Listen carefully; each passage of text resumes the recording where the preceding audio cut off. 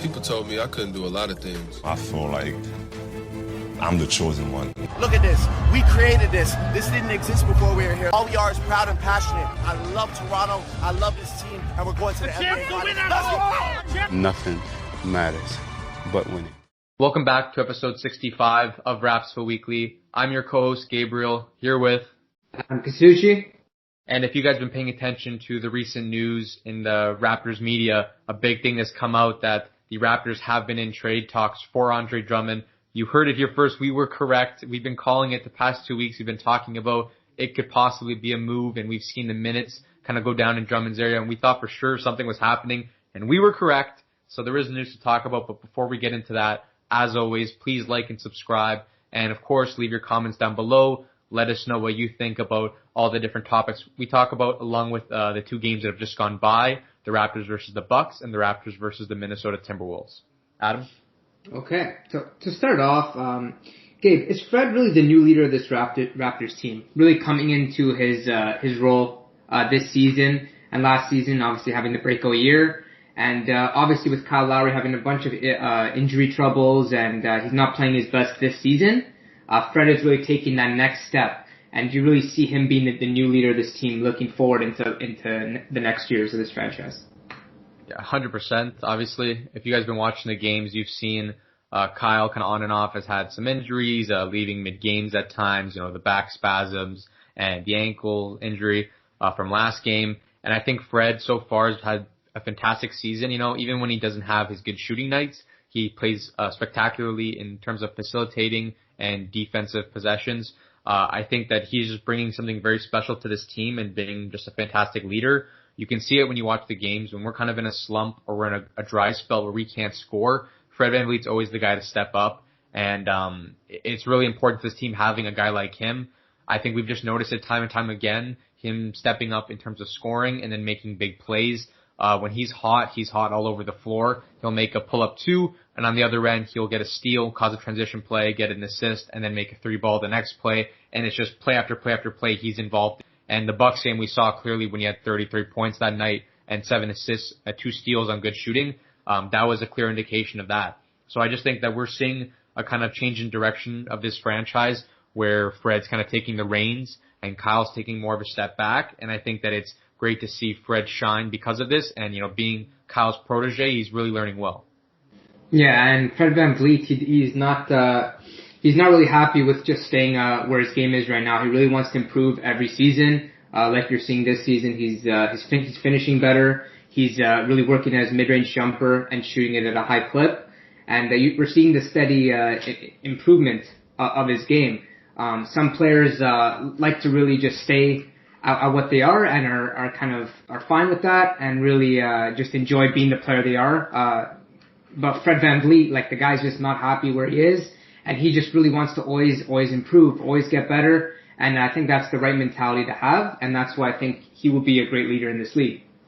Moving on to our next topic, our starting lineup has changed a bit in previous games and kind of moved around. Nick Nurse has shuffled the pieces a bit. Now looking at our small ball lineup, we recently have, in the Bucks game, we have changed Baines to the bench and really put Siakam to the 5. OG is starting as well. And Powell is also inserted into the starting lineup. So we're seeing a bit of changes there. Gabe, what's your opinion on the kind of the shuffle there? Yeah, so obviously this move made sense to us as fans. We kind of saw Powell's been playing fantastic, and with OG coming back, the question was, do we start him or not? Do we maybe put OG off the bench? And, OG's a high caliber player in terms of offense and defense. So him on the bench, it was an option, but it wasn't really the best option because Baines was the player that's been playing the worst. And the interesting part about this is that we decided to try this out against the Milwaukee Bucks, who have very big and strong players. They got Lopez, who's been proven to be a problem for us. Many games that we've versed them, even against guys like Aaron Baines. So, 7 feet, 280 pounds, he does damage. And then Giannis, obviously the freak of nature he is, extremely long for his size and very hard to stop in terms of his drives. And even Middleton, who's quite big at the small forward position compared to our team. So trying to match up and going small was very risky, but it looked like it paid off. Obviously, we did come through in the Bucks game. We won that game. And somehow we were able to contain them. I don't know if we got lucky a little bit on Lopez's his poor performance. The same with Middleton, who didn't play as well. But for some reason, this lineup did work, and maybe it's something we can look forward to because we won this game with that lineup. So maybe we can look to continue the streak, try it again next game. I don't know for sure if it's always going to work because there's clearly ways for it to be a mismatch in terms of size, Pascal at center or OG there. But it's worth a try. I think having Norm in the starting lineup has proven to be good so far. So keeping that up could do some benefit to this team. Yeah, I agree, Gabe. I think Nurse has to really pick his moments when using that lineup, but I can see why he chose that lineup for this game. The Bucks have really small guards: DJ Augustine, Forbes, DiVincenzo being a little bit on the taller side. But I can see why. I think the Raptors guards are Van Vliet, Lowry, Powell. We really overpower their guards in terms of skill, just of everything basically, defensive ability. So I think that was really the reason why Nurse kind of took that approach, and also the chemistry with this starting five. These are the players that have been on the team the longest, all these five guys, so they really understand how to play with each other, even though, like you said, Gabe, there might be a mismatch here or there. I think they're the best communicators when talking to each other and really understanding where to go, and they know what Nick Nurse wants of them each and every game. So. Yeah, that definitely makes sense. And this game, obviously, with Kyle being out, Boucher had stepped up minutes, of course, and we kind of went back to our kind of regular lineup with Boucher, Pascal, OG, Fred, and Norm. So Boucher got his 30 minutes a night, which is still expected. He's still getting his starting minutes, technically, just not in the starting position. And Baines had 17 minutes in the night, which is kind of what he would get as well. I think these are all a little shifted because there was no Kyle, so like Pascal and Fred played 30 minutes apiece. But I think it kind of makes sense that the minutes here and the starting lineup getting Norm in, it all seemed to kind of work out. So hopefully when Lowry comes back, this can still be effective. Now the thing is whether or not he will be playing next game. He is questionable. I know that's a problem for me because I got him in fantasy. I think Adam does as well. Yeah. So everyone that does, man, we seem to be getting very unlucky here. Mid-game back spasm, mid-game ankle injury. Hopefully he's better soon because he did find a little bit of a hot streak these past couple of games. So now moving on to our bigger topics. Our predictions about Andre Drummond were right, basically. Speculations have increased and really intensified in the last couple of days with Andre Drummond and the Raptors. I really want to ask you, Gabe, why do you think we're the best suitors for him? Obviously, we've heard of the Nets and Mavs being the other really top two contenders for him. Yeah. At first, it came out the Raptors were in trade talk. That's what happened when I woke up, and I was very excited. I'm like, oh my gosh, we called it. We said that he was going to get moved, and we knew we were good suitors for him. We needed a piece like him, and we were right. So I was happy about that. And then as the hours went on in the day, it comes out Brooklyn's also interested. The Mavs are also interested. The Celtics, the Hornets. The number just kept going up of all the teams that kind of wanted a piece like him, and it makes sense. He's a very valuable player. He can bring you like 20 and 20 a night if you really wanted to. So obviously he's an important piece to have, and hopefully we're the team that takes him because, there is other teams, but I think that we desperately need him, that's for sure. In terms of other teams that are interested, you have the Brooklyn Nets. And what makes no sense to me is how much money they are over in cap space right now. Their owner obviously knows that this could be their year with 3 superstars, so he's not really afraid to pay the luxury tax, I guess. I don't know, we gotta wake up if that's the way to win, because right now they have $165.5 million is their cap. So, that's already like about 30, I think, or like 30 or 20 million over the cap, the hard cap. And, James Harden, 40 million, KD, basically 40 as well, and Kyrie 33. The only way that this trade can go through, I don't know how much this owner's willing to spend, but I'm pretty sure you'd have to give up some big pieces here to make the move happen. If it wasn't one of your 3 stars, then you'd have to load up on DeAndre Jordan, Dinwiddie, and something else. Something that makes up the 28 million that Drummond's worth. But I think that that's just already an OP team, man, and I don't understand how they can afford these many moves, with a team like that. Boston, obviously, it's a step up in terms of the center they currently have, and they have possibly the pieces, I think, to give up to get Drummond, so they are obviously in good contention. I'm hoping that we're the real contenders because we desperately need him as well, and I think we do have some pieces that could be valuable. The thing with us is I don't know how their contracts in terms will line up. You and me were thinking always OG, Powell, and something else. The problem is how do we make up the money of the $28 million? Hopefully there's a trade level exception involved somewhere there, but I think that could be a problem is the cap. Yeah, I totally agree, Gabe. And even with the other suitors, they don't have, I think, as much value as we have when offering a trade here. The only other team that I think can offer some value that the Cavs would like is the Charlotte Hornets, because they have so many young pieces. But other than that, the Nets, like you said, there's maybe Dinwiddie and Jordan. Their picks are gone from the Harden deal. So I don't know what they're doing. And their cap space, like you mentioned, is also an issue. And then when you look at the other teams, the Mavs, Porzingis, they already have a center, and they don't have much young players other than Doncic to kind of give away, right? So they don't have those pieces to kind of make that big deal. So I think we are the best suitors, and I think the culture here is perfect for Drummond. He's a very nice guy. I think we have a lot of guards that can work the pick and roll well with him. And yeah, I think he just plugs our issues. Like, that's like the perfect guy to get, and it makes sense for us, and it makes sense for the Cavs.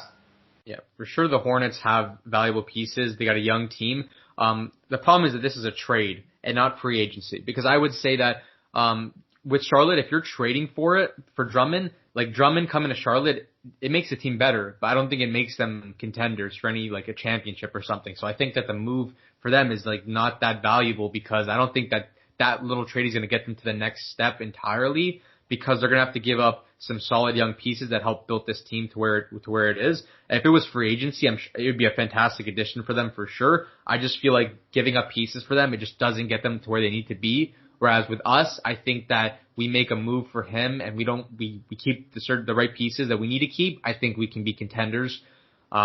Brooklyn, like we said, doesn't really work. Mavs, it'd be a good place for Drummond to go. Obviously, the two other stars next to him. I just, once again, don't think they have the pieces. I think if any team has the decent pieces to make this move work, could be Boston, if they can get away with a cheaper deal like we could have, maybe with Pritchard and some other talent off the bench, and kind of keep their starters like we would try to do. That's a possibility. But I'm really hoping that we're the candidates here, because, like you said, we got a great place for him to be. He'll fit the culture, and we've been in talks with him for so long. I'm sure he's already looked into us. He knows what we're about, the environment. I'm sure he already has thought about coming here before. So now is the time. I think we need to pull the trigger. I'm really hoping Masai pulls it in the next couple of days, especially because I have him on fantasy as well. So this guy's not playing until he gets a trade happening. So let's get it done. Masai, get the contract signed. Let's go. So now we're looking at the other end of the spectrum, Gabe. Now we're looking at Powell and OG, how they're feeling. I'm sure they're probably kind of knowing that they're under some pressure to play well, kind of showing their value for their team, and also the loyalty standpoint. Powell's been here for a while, could have moved, but he ended up staying.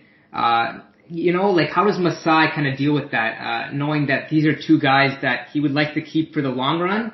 But if it's kind of with the DeRozan thing, kind of the same thing, when the opportunity arises, do you pull the trigger?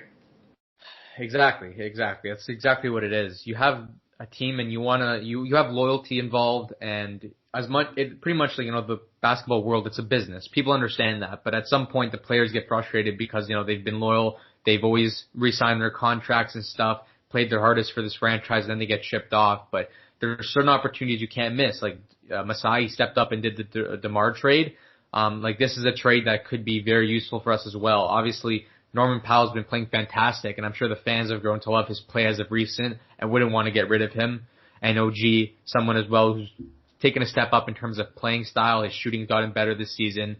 You remember from the Boston series, he made that game winner. He's been getting better over the years, and I'm sure that we've grown a liking to some of these guys. It's just about, if we're trying to make a franchise-changing move to get anywhere back into maybe an NBA Finals appearance, I think there's just certain moves you got to make, and this one could be huge for us if we make it the right way. Obviously, I don't want to oversell. We don't want to give up something huge here, and that could be a reason we don't make the trade, is because we're not willing to part with some of our bigger contracts to make the trade work, because they're valuable pieces for the future, let's say. But there's a certain point where we have to make the trade happen, because it could be just game-changing for us. Well, yeah, Gabe, when you think of all of the pieces, Dinwiddie, Jordan, maybe PJ Washington from Charlotte, Miles Bridges, yeah. OG Anunoby, I think, is the most valuable that Cleveland would want, because he's such a great wing defender, which Cleveland really needs. They have Chetty Osman right there right now, and Dylan Windler. I think that's a pretty weak small forward duo. So I think they really need to just look at the offer here and really understand that OG is the most valuable guy. And I think that's what's going to happen. That's my prediction. I think OG is going to be involved, maybe Powell, and a pick. Prince as well, they got there. OG, I think, would be perfect fit for them. The thing is that he signed that extension with us, and his contract right now is so slim that I don't know how the heck we're going to make it work in terms of money, because he's just not worth a lot. You need to have some other big pieces there, and the only other pieces that are not Pascal, Fred, or Kyle, who have the bulk of the contract, even more than Drummond, would be Norm or Boucher, about $10 million apiece. So the only way to get money and to make it work in terms of money-wise is you're going to have to give up maybe those two guys just to make it work, which obviously we wouldn't want to see.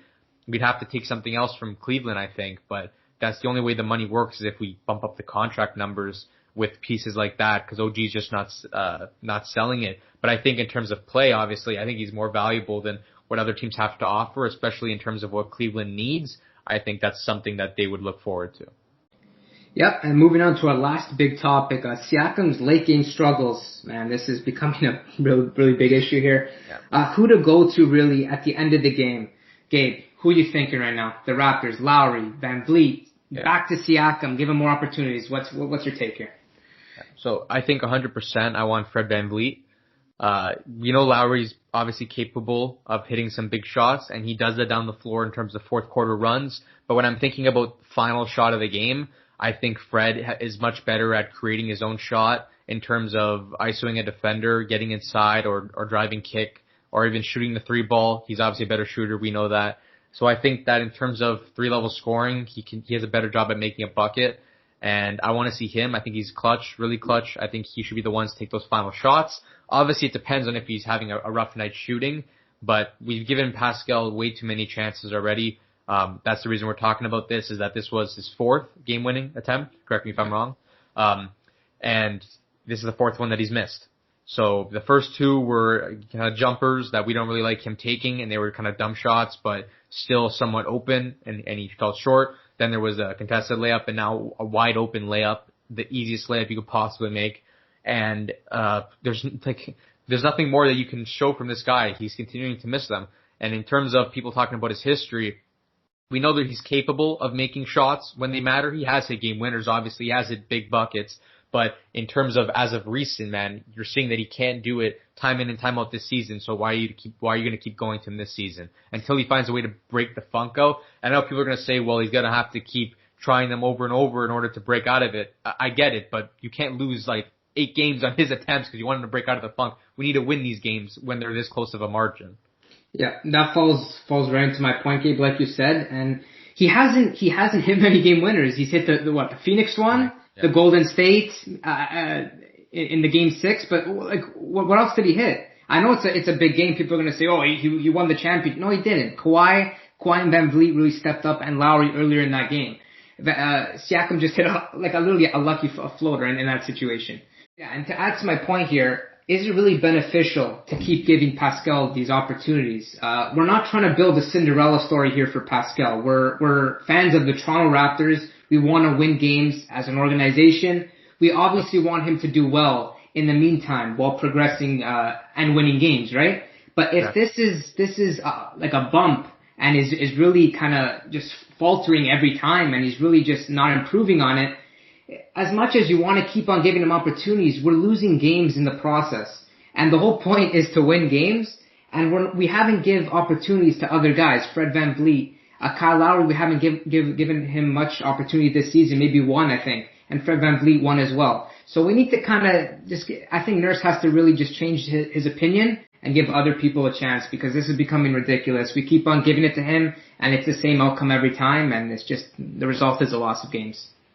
I think you said it honestly the best way it could have been said in terms of trying to get the Cinderella story instead of winning games. And people are probably going to argue that maybe we're trying to look for the future of the franchise and get him developed long term. But the problem is that our team is not built for long term. We got good pieces. Obviously, we have Fred, maybe Pascal. We got Norm and OG. But the problem is that this team has lost pieces year after year in terms of Kawhi, Danny, Marc Gasol, Serge. And Lowry's on pretty much his last leg soon because he's on an expiring contract, and then who knows where he goes next year, and he is getting up there in age. So this team is losing key piece after key piece, and we are a fighting team, but some of the fight comes from certain players. Like Kyle Lowry brings it game in, game out. You could see sometimes when he's not there, we just don't look like a good team on certain nights. So although we have a young core that can do something in the future, it is not like a franchise contending team like as it is unless we get other pieces, of course. So in terms of trying to just focus on Pascal's long term, it might not be worth a lot if the team is still just an average team, 9th seed in the conference year after year because we took a step down. So obviously we want to win games in the moment now while we have a solid team and we have a star like Kyle Lowry with us and maybe can make a move for Drummond. We want to step up now and get the wins while we can because no one likes watching the team lose year after year. It just brings down ratings, it brings down fan support, and it just ruins the franchise in general. So we want to see the wins happen now. Like you said, I think Kyle and Fred haven't had enough chances to win it, and part of the blame could be for Nurse for keep giving it to Pascal. But the problem is he's going to argue in that play, well, it worked. He was wide open, but it was just an ISO play on a pretty crappy defender, a smaller defender, but yet Pascal missed a wide open layup and then got blocked in the final play by a guy who doesn't start pretty much ever. Yep, I think it's just clutch DNA, and it's just the ability to hit shots in clutch moments. And I don't think Pascal has had that yet in his career. And if he does have in the future, great, perfect for him, perfect for the franchise. But for right now, we got to start changing things up and look for a new outlet here. Yeah, because it's too many times, man. It's only been 28 games this season, and we've seen 4 of them where he's missed game winners. It's not like he's made one, missed a couple. 4, and that's a lot of close games, and to lose by a small margin like that hurts, and to see him constantly missing and constantly holding his head like, how did I miss? And especially because they're all like in and outs, but that layup, man, like that's not something you should ever be missing. It was wide open. He had time. He beat his defender. There was no contest. He could have went off the backboard. He could have dropped it in. He could have extended to a dunk. Instead, it was a layup that rolled out. Like, I don't know how you missed that. And the only real like, explanation is just not being clutch, being nervous, not being clutch, and just having it roll out. There's no other real reason or way that happens. So obviously something needs to be changed, and I don't trust the current process as it is right now in terms of just handing him the ball, letting him ISO, because we see it every game. It gets handed to him, and we know what's going to happen, and then it happens. We get proven right. So something needs to change. Yep, and as you mentioned before, Gabe, with Andre Drummond, if we can get him in a trade, looking at him at the end of game situations, he could also be put in a pick and roll, which Kyle loves to play in a pick and roll in late game situations, or even Fred can do a pick and roll with him. So there's a lot more options if we do get Andre Drummond, or even hand him the ball in the post. He's a great passer, and he's a great scorer, obviously, in the post with his size and his skill set. Exactly. So I think everything changes with that Drummond deal, and I think that's about it. So talking about the first game quickly, we have the Minnesota Timberwolves versus Raptors. We're kind of talking about that late game scenario with Pascal, caused us to lose this one, 116-112. In terms of scoring in this game, I don't know how this was this close, man. We were versing the worst team in the league, and I thought guaranteed the Raptors would win. They didn't have D'Angelo Russell because he was injured. Karl Anthony Towns coming back from COVID. The team obviously is weakened, missing one of their star scorers, and they're just the worst team in the league. And somehow we just looked like absolute, idiots against them. They obviously shot really well this game. Like sometimes there's nights where you can't do much defensively, but they shot 52% from the field. We shot 42%, and they shot 41% from 3. They were just better than us this game. It was simple as that. Like we couldn't stop them. All their open looks they were making. They had a bunch of players off the bench that were scoring for them. A couple buckets here and there. Noel McLaughlin, McDaniels made a couple buckets. Hernan Gomez made a couple buckets. Everyone kind of just did their part in piecing together the scoring. And then you had Beasley, who's obviously a scoring threat. He's a tough guard. We saw that. There you go, right there with Beasley. Nick Nurse has to put a stop to that run. I remember you in the game telling me he's coming off screens, right? He's coming off screens. We know he likes to shoot. And we're letting him get those open looks. We know the ball's going to him. At one point, there was like 4 straight possessions where the ball went to Malik Beasley.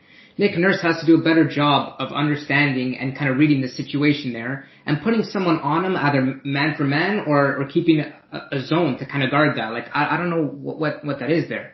He was one player specifically that was scoring the ball, shooting the ball really well, and it was mostly off ball because Edwards had the ball in his hands a lot of the plays, or Rubio, who both put up decent numbers. Rubio had 16 points, Edwards 18, 7 boards, and they both shot decent. 7 for 15 for Edwards and Rubio 6 for 13, 4 3-balls, even though traditionally this season I'm pretty sure his 3-ball is 25%. So he shot fantastic that game, and Edwards didn't shoot the 3 well, but he drove strong. And with the ball in their hands, Beasley was really catch and shooting the entire game, and we were leaving him open. I saw all of our players are obviously trying to hedge and play their help defense, but you're leaving one of their best scorers wide open. It's already a problem as it is. You're set up for failure. So there was, like you said, there was a couple of runs where there was just back-to-back Beasley, and that's someone we easily could have stopped.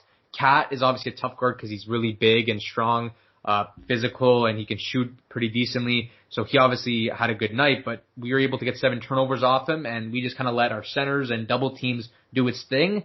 By leaving guys like Beasley open cost us. And, Edwards and Rubio, they were pretty strong in their drives and scoring abilities. So defensively, I don't know, we just really slept this game and trying to guard everybody. They were shooting well, so you got to give them their props, but this is just not a team we should have lost to. It's kind of embarrassing that we did. In terms of our scoring, Van Vliet had 22 points in the night, 6 assists, 8 for 21 shooting. Kyle, 24 points, 4 rebounds, 4 assists, 2 steals. I thought he had a really solid game. Pascal, only 18 points, 8 rebounds, 6 assists, 6 for 19 shooting. Obviously, it was a poor game from him, although the numbers look decent. Obviously, that last possession kind of sums up the night for him, just struggling to make buckets and kind of being outplayed at points by Vanderbilt, this guy who's starting probably for the first time, and Cat, Siakam just kind of looked weak out there, and he wasn't as strong as we've seen him in games past. And Powell had another great game, 22 points, 8 for 12 shooting, 5 rebounds on the night. It was kind of those 4 guys that carried the scoring load. No one else did too much. Bembry had 9 points off the bench, Boucher 6, both around 20 minutes apiece. So there wasn't much help in terms of scoring off the bench, which we've seen has been a problem time and time again. Adam, I know you point that out. Yeah, the bench has been very poor this season in terms of scoring alone. And I think also with the Drummond, if you can acquire him, and we look to really contend, we also need to look for even another deal with a veteran guard off the bench that could really score the ball. I know Lou Will would be a nice addition back to kind of create off the bench, but that's really a fantasy for me, and I don't think it's gonna happen. Yeah, so that's pretty much it for the Minnesota game. There's not much to say. We just really played poorly. I don't know how we lost this game. We should have never lost it. It was close for way too long. Every time we tried to cut down the lead or take a lead, they seemed to just get an open shot, find an open man in the corner for 3, and McDaniels, Beasley, whoever it was, Rubio making his shots, and we just struggled. Obviously, we're going to play them again soon, so hopefully after the Bucks game, the next Bucks game, so hopefully we can take that second one because this is a team we have to be beating if we're going to get back into a good spot in the conference, make our way back to the 500 mark. We have to be beating a team like that. Okay, so moving on to the Bucks game, we won this one 124-113. We kept it really close for the first 2 quarters. At half, we were tied 64-64. And then the third quarter and fourth quarter, we outscored them. We were able to take this game. I was very impressed with our performance. Lowry had a phenomenal first half, 18 points, 6 boards, 6 assists, 7 for 12 shooting, 2 steals, was looking fantastic on my fantasy team, putting up numbers, and then injury. He had his ankle injury, came off for a couple minutes, came back at half. We were like, okay, he looks fine, that's good, we'll get him for a strong second half, and then a minute later, hit a screen, and then got injured, went to the floor, and then walked out. And that was tough. I thought that we were going to struggle without him, especially against a team like Milwaukee who can be dominant, can be streaky, go on big runs. But quite the opposite, actually. We were scoring fantastically, largely due to Fred VanVleet's 33-point night, 7 assists, 12 for 22 shooting. Can't forget about his 2 steals that he pretty much always puts up somehow. He was just scoring in bunches. He was making his pull-up middies that he's been getting better at this year. 3 balls, he was hitting them, driving to the rack. It was whenever the Bucks were getting on a run, we seemed to just get a good stop, and then Fred would make a bucket, and it would just turn it around, and then we would go on a huge run, which is not too common against a team like the Milwaukee Bucks. Siakam starting at center, 23 points, 13 rebounds. He shot 8 for 23, so it wasn't effective at all. He missed a lot of shots, 2 for 8 from 3, but he did put up some numbers, and in terms of playing at center, I think he did decent, considering Brook Lopez only had 9 points, 5 boards. But the big story for the Bucks was obviously Giannis. He had 34 points, 10 boards, 8 assists. 11 for 20 shooting, 5 steals, 2 blocks, and 5 turnovers. So he filled up the stat line completely. We tried our best to contain him. We did a lot of fouling, and that seemed to be somewhat useful because he did miss a bunch of free throws at the start of the game. I think he missed like 4 out of 5 right at the start, but then he started making them afterwards. So we tried slowing him down, but it's really hard to stop that guy, especially when you don't have a big center like Baines, like a bigger body in the paint. But I think we did decent considering he's the only one that scored. Middleton, usually their top scorer, only had 11 points, 7 boards, 4 for 8 shooting from the field. Adam, do you have a reason for that, why Middleton was kept so quiet this night? Well, I think we played a lot of Bembry on Giannis, right? And OG on Middleton. I think having OG back made it a lot more difficult for Middleton to kind of get going. He didn't look ready to play at tip-off, and then throughout the game, he just looked out of it. Like, he just looked like he was looking for fouls, wasn't playing hard on defense. I think it was just an off game for him. But, I thought we did a great job on just containing him, even if he wasn't having the best of nights. Yeah, they had some other scoring. DiVincenzo had a kind of crappy shooting night from what we've seen him in games past. Only 5 for 14 shooting, but he had 12 points and 8 assists, so he did do his part mostly. And Pat Connaughton was impressive. 20 points, 5 boards. He had 4 3-balls, 3 blocks. We know that he can jump. We've seen that in the dunk contest. He also can fire threes. We didn't think he was that good. That started the game. He was banging them left, right, and center. But luckily he quieted down a little bit. So we kind of kept our team mostly quiet. It was just Giannis who was hard to stop. And Powell OG and Boucher for our team all put up double-digit points, kind of added to the scoring, took the load off Fred at times. And I also want to shout out Boucher for that 5 blocks in the night. Was very impressive. 6 rebounds, 14 points. He did a solid job. Obviously, it's tough to go against stronger, bigger guys, bigger, longer even with Giannis, and heavier. He had some mismatches there, but I think he did his part. And OG coming back from injury, shot decently as well, 5 for 9 this game, so that's okay. And Powell did decent as well. So overall, I think we had a good performance. I don't know how we came up with this one and lost Minnesota. It kind of makes your head spin when you think about it, but at least we did come out with a win out of these 2 games. Yeah, it's totally true, and I think the Raptors are kind of understanding that with bigger guys like Lopez and Giannis, you kind of have to use your speed to beat them to the spot and kind of get there before them. Use your hand speed and be active on the defensive end. Try to get poke balls loose. Just kind of get them frustrated. I thought Boucher did a great job of that, and like you said, Gabe, and I thought that was good. Yeah. All right, that's pretty much it. We hope you all enjoyed. As always, please like and subscribe. Leave your comments down below. Check us out on Instagram at Rapzville for NBA news, Raptors content. And yeah, that's pretty much it. We hope you all enjoyed. That's us signing out. Peace.